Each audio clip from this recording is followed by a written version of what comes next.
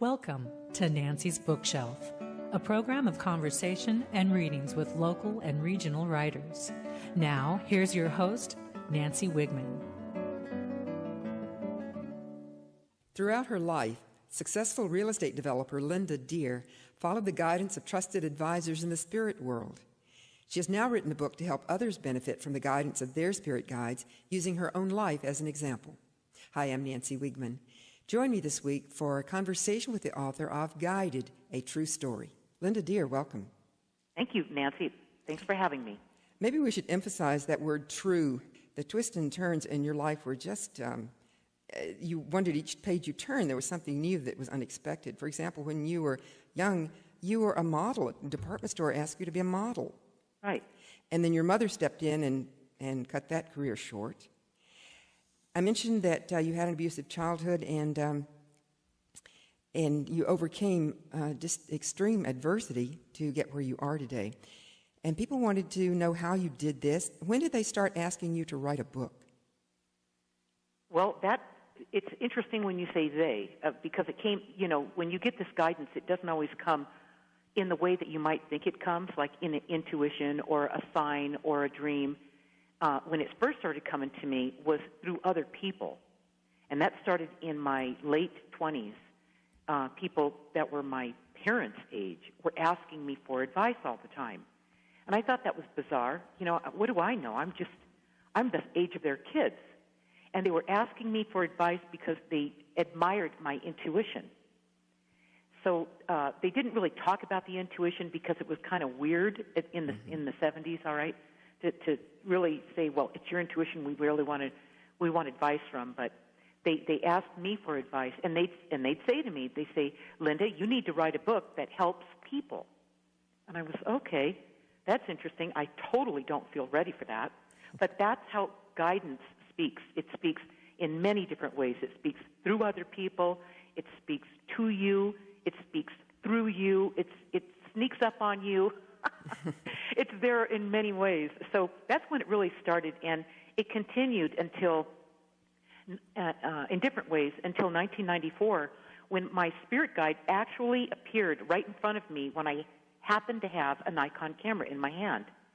And in the instant that she appeared and filled up the room, I captured her photograph, and shortly after that, they came to me in a dream and they told me that they appeared so the world could believe that I would write this book and that this book would be about relationships and that it would be easy to write. It took me 4.5 months to write this book. So that's how it finally came through. And it took me another 20 years to bring this book into fruition, Mm-hmm. It was just published a month ago. Well, you were, at the time people first started asking you about that, you were living in the Sacramento area, right? I was, mm-hmm. Yes. And you said that you didn't realize it would have a benefit for other people. But then it's not that easy. You say one of the tips, and you have sections in your book, you label them tips, and you say when you have a connection with your guide, you feel like it's too much to explain to anyone else. You don't think anyone else will understand. However, once someone recognizes your abilities and sees your value in this area, they start seeking you out for advice. Right. That's true for everybody, by the way, Nancy. That's not just me. That's everybody. So when people work with this type of information, intelligence is what I'll call it, they get used to it. I mean, I did. I had it my whole life, so I came in with it. And for me, it was like my best kept secret, my ace. And I wasn't about to share this or tell anybody about this, especially I was raised, I was born in 1952. In those days, they just as well lock you up, And I just decided, I'm just going to keep this to myself. And being in the family I was in, it was especially wise advice to do that. And my guides encouraged me to keep it under wraps. They didn't want me talking about it. They knew that wouldn't work out real well, and it would only interrupt what I was learning from them. So, I can see why people, don't talk about it, and then by the time people were asking me about it, they still weren't using the words like intuition and psychic abilities and, you know, a connection to another world, you know, they couldn't wrap their head around it. So they kind of stayed away from that. So it was palatable to them, where they could just ask me for advice and get answers without having to learn to do this for themselves. Mm-hmm. And if they learn to do this for themselves, what is the best time or state for receiving information from our guides? Well, it's the simple things, Nancy. It's when you're taking a shower. And in that moment of you're relaxed, you've got warm water on your body, you feel great, and that's when they slip in those little one-liners, all right? They're always with us. It's like GPS. It's always on. It's just that people don't always listen to it, you know? They don't pay attention to it.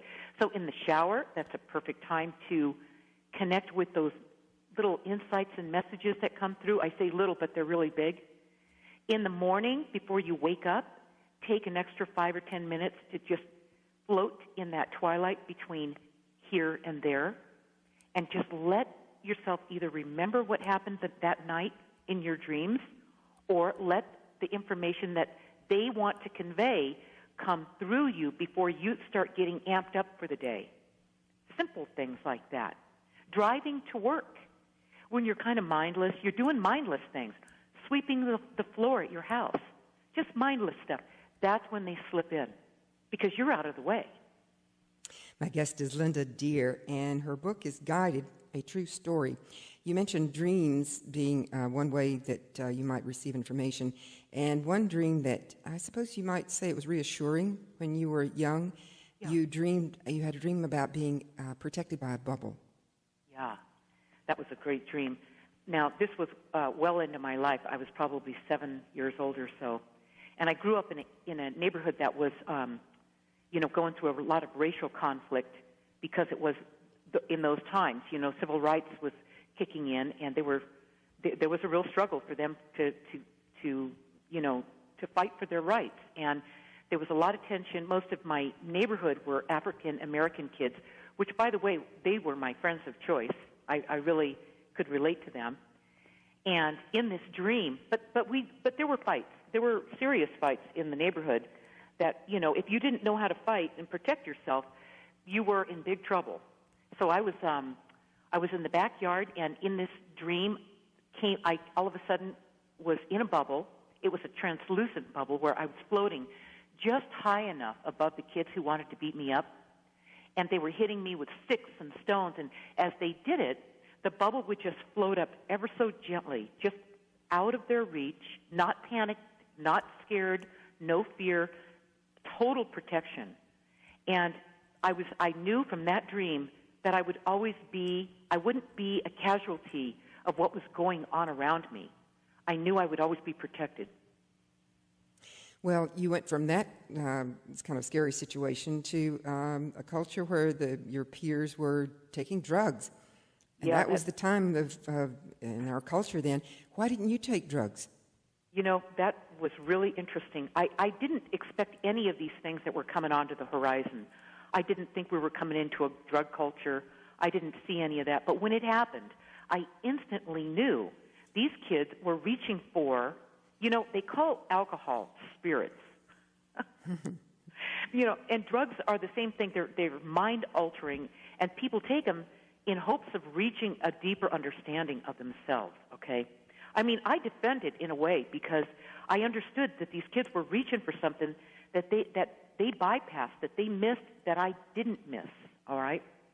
And I'm not saying that I had it all figured out, Nancy. When I grew up and I had this connection with my guidance, it was so strong. There were consequences to this. I was an outcast. I was laughed at. I was called stupid. I didn't get it. All the things these kids were sure they had it figured out because they were unanimous in their math thinking, okay? In fact, your mother had you held back third grade. You had to repeat third grade. Yeah. Your mother insisted yeah, I had on that. some real, and you know, I didn't hate my mom, Nancy. My mom, all she did was she laid things in my path that were extremely challenging. that I had. They were like little. It was like a constant source of deep learning that she forced me to go through. Now, she didn't mean that. My mom was disturbed. Okay, my mom was not. Something was wrong with her. She didn't do it with that intention in mind. But that's how having this guidance on my side all the time, this intelligence that guided me. These are not woo-woo guides. This is not an escape, a place where you escape. You've got guides, and all of a sudden everything's wonderful. It's nothing like that. It's finally, you can see things for what they really are, and you can, because your guides don't try to make things into something they're not like people do, you can start to face things that were unimaginable, and that's how I was able to do it. Well, I jotted down some of the adjectives you used during your book to describe your mother. You said she was a liar, she was rude, she was angry, she was a bully, she was cruel, she was depressed. And yet you do say, I didn't hate my mother, but you recognize that she was dangerous. Right. And you also say that we choose the family we were born into in order to learn valuable lessons, but once we do, we can move on with the rest of our lives. Right. Now, that's a loaded gun, isn't it? Yes. What was I thinking? I mean, this is quite a soul that I have here, you know, that chose that type of experience that my mom created for me, that I learned through. How amazing is that? I sit back and still wonder about that, Nancy. I mean, I had my plate full. I almost didn't pull it off, okay? In fact, you did attempt suicide. Yeah, I attempted it. There was a point where I could not stand this anymore. You know, when you go through it, and even with my guidance and all the help I got, it gets to a point where you just go, if this is all life is going to be for me, I can't do this anymore, you know? But what's interesting is when in my early, like as far as back as I can remember, my guides came through and told me this one line. They said, life will get better for you as you get older if you can make it through childhood. Mm-hmm. Okay, so when I first heard that and I was going through this abuse from my mom, I thought, I grabbed on to the life will get better as you get older. Okay, I didn't think about if you can make it through childhood. It was like something I couldn't wrap my brain around at that point. I just saw the hope in it. Okay, so it was filled with hope, and it was a warning that turned out to be chillingly true. And that was when I got to that point in my life, in late grade school, just before puberty, that I just couldn't take it anymore. I had run out of gas. And that's when I took my mom's pills out of the medicine cabinet. They were called, of all things, they were called Coke. And that was something I couldn't do anymore. And I took them, and I didn't premeditate this. I just woke up one morning, and I was empty of this world. I had no feelings at all. And I took them. I went to school. I went into the bathroom stall. I swallowed all of them, and the next thing I knew, I woke up in the hospital, and my mom and dad were there, and my mom was screaming at the top of her lungs, "It's not my fault," as she was swinging at me, trying to hit me. Mm-hmm. And my dad, it took everything my dad had to hold her back. She was so out of control. And, you know, that was the pivoting point right there. At that point, inside me, I felt like, okay, I crossed that crossroads, that threshold. It's behind me now, and it was a couple months later. I felt this feeling like I was already an adult. Life will get better as you get older was in full force, and I could feel it. I wasn't there yet, but I could taste it. You know. You say after this suicide attempt, you mentioned that you have tips in your book for the readers. And your tip at that point, you say, your spirit guides know everything about the life you entered when you first came here. It's like a movie that's playing out. In my case, they saw that this moment in time would be where my life could be cut short because the obstacles were so great. It was my guide's job to see that I made it past that milestone. They had their hands full. When you try to leave this world and they insist on keeping you here, you know that your life has a higher purpose. It's true. It's true. And throughout Guided, that's not the only time that I had a close call, okay? And every time it was interrupted, and it was divinely interrupted, and I knew every step of the way as things happened that I was even sloppy with my life at times, Nancy. Like, I could take it or leave it. I knew, and I've always known, that there's better places to be than here. Isn't that, it's true. I've always known where I've come from. And it's the same place we go back to when we're done here, all right? So I've never been afraid of any of that, And I know something, it's like I didn't come in with the same amnesia as other people. Mm-hmm. So, they've captured me many times. That's what I call it. They captured me. They said, whoops, not yet, Linda. You're not done, And so here I am, Nancy. Now I wrote Guided, and, there's something with this that they really wanted this book written. My guest is Linda Deir. Her book is Guided, a True Story. And when they're giving you this information, you're passing it along to us based on your experiences. And you encourage us. In fact, you call this rule number 1. Everything that happens in your life happens for you and not to you. The decisions that people make usually have nothing to do with you. They're just living their lives the best way they can. It will all work out for you if you don't take it personally. Your guides see what's going on. So ask them for help when you need it. They will keep you on track. That is so true. Nobody here has the answers. They might be your friend. They might be nice to be around. People might even have nice families. That would be, I know that some people do. And that's a nice thing to have. I think that's wonderful. And I see it, and I know it exists. But they don't have the answers. No one has the answers like your guides do. The reason I say this, Nancy, is when things are happening in your life, good, bad, in between your life, all right, your guides, when you're really tuned into them like I have been, one of the first things they taught me was not to take things personally. When somebody reacts, when people around you act a certain way, it's not you. That's them. And if anything, be like your guides. Be compassionate. Listen. Don't judge them. Don't take it personally. And that in itself, you'll realize that everything in your life actually does happen for you. It never happens to you because that's a victim mentality. And you're not here to be a victim. You were here to live a full life, and that's why they're there to help you. You came here with the amnesia, not your guides. And all you have to do is listen to that GPS a little bit better, and our lives would be easier. This world would be different. My guest is Linda Deir. Her book is Guided, a True Story.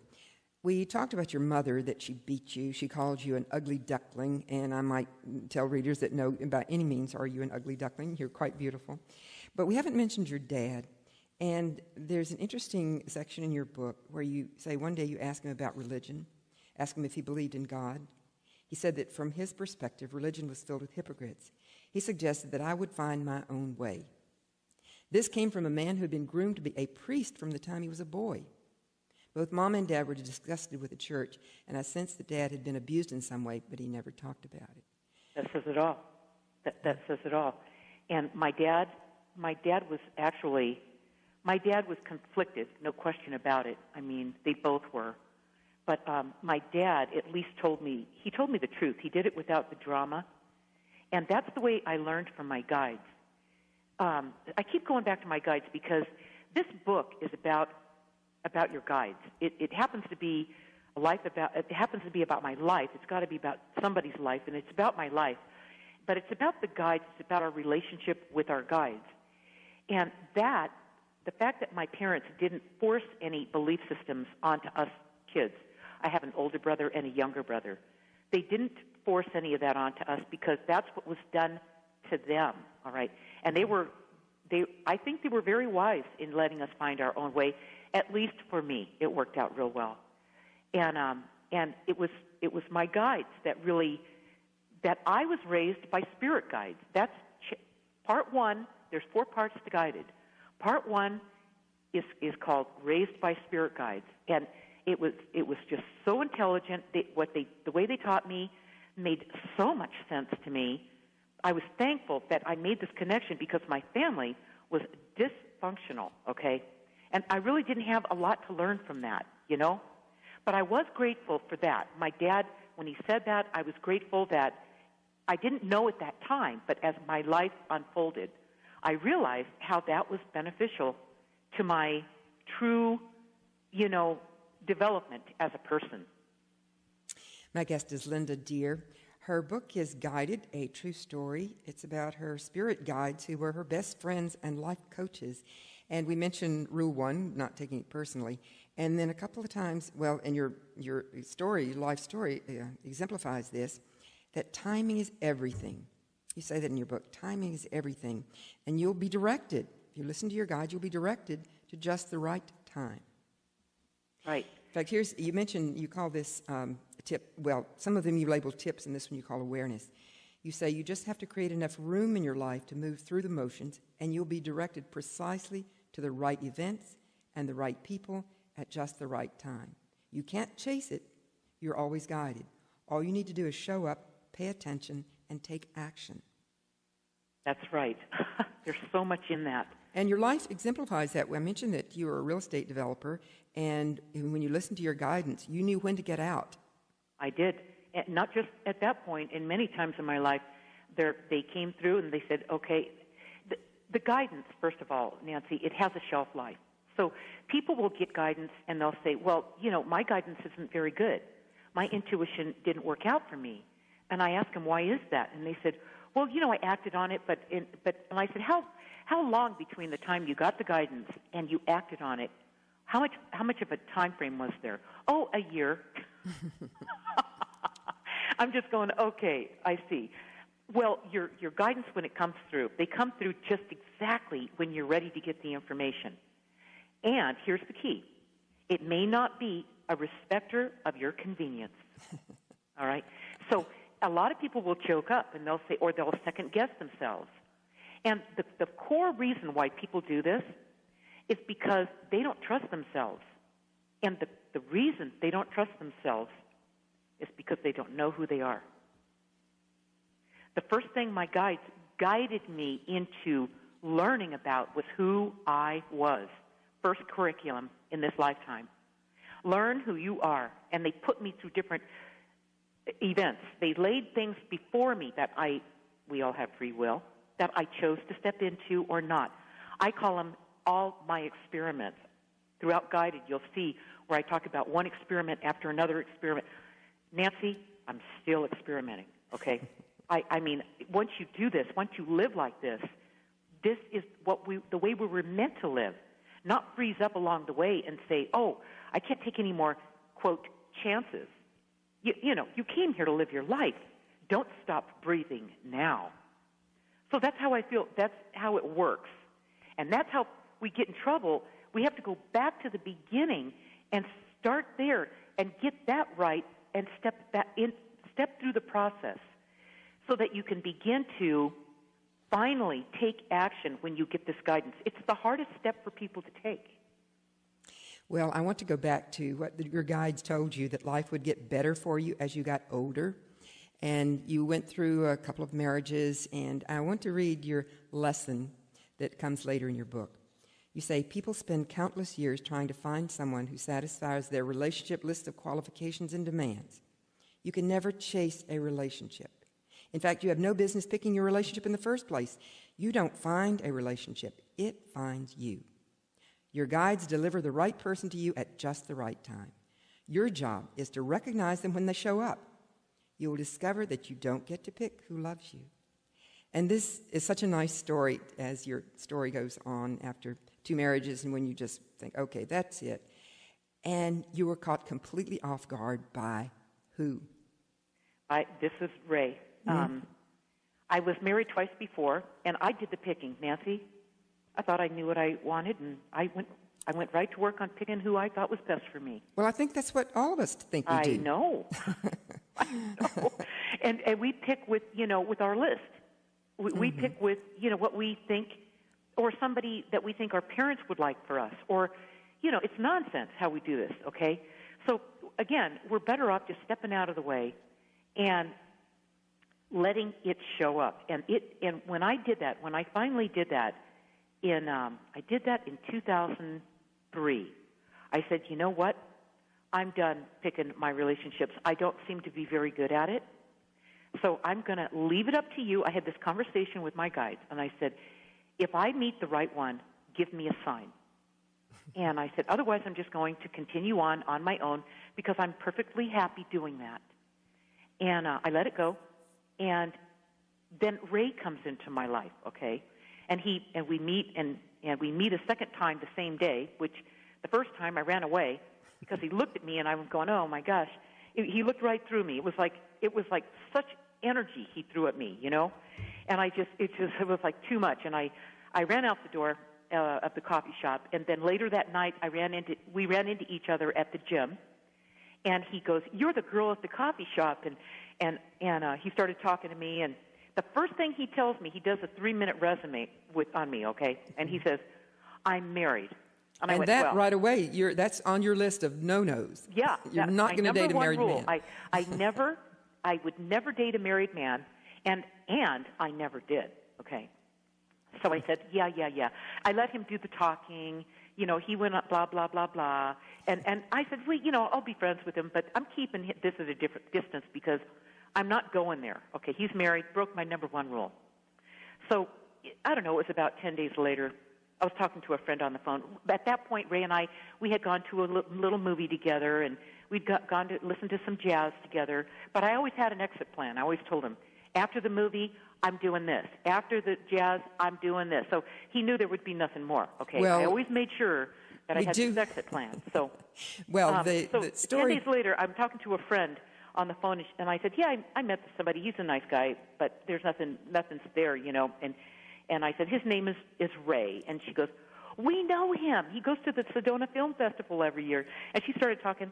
And out of the blue sky, out of nowhere, through the telephone line, like the old party lines, came a voice that said, lose your rules, he's the one. And I dropped the phone. And I picked it back up, and I told my friend, listen, I'll have to call you back. And there's no way I could explain this to her. She didn't hear it come through. I heard it come through. And it was several days later, I put an email together, and I put it down on my tray, and I was busy doing other things. Would you like to go to dinner tonight? And I was, hesitant about sending it. Here I was, a master at following the shelf life of this guidance. And at this point, I'm going, oh, please. I was scared, Nancy, but here they were picking them for me, just like I said, if he was the one, give me a sign, and they did that. And there was your sign. And then we met for dinner, and that was the beginning of our life together, right there. Well, I'd like to end on that note because that's a happy note to end with. It's been a pleasure talking to you, Linda. Thank you, Nancy. My guest has been Linda Deir. Her book is Guided, A True Story. You can find this and other episodes of Nancy's Bookshelf on our website, mynspr.org. I'm Nancy Wiegman. You've been listening to Nancy's Bookshelf. Our theme music is The Mysterious Barricades by Francois Couperon, performed by Warren Haskell. Nancy's Bookshelf is a production of North State Public Radio.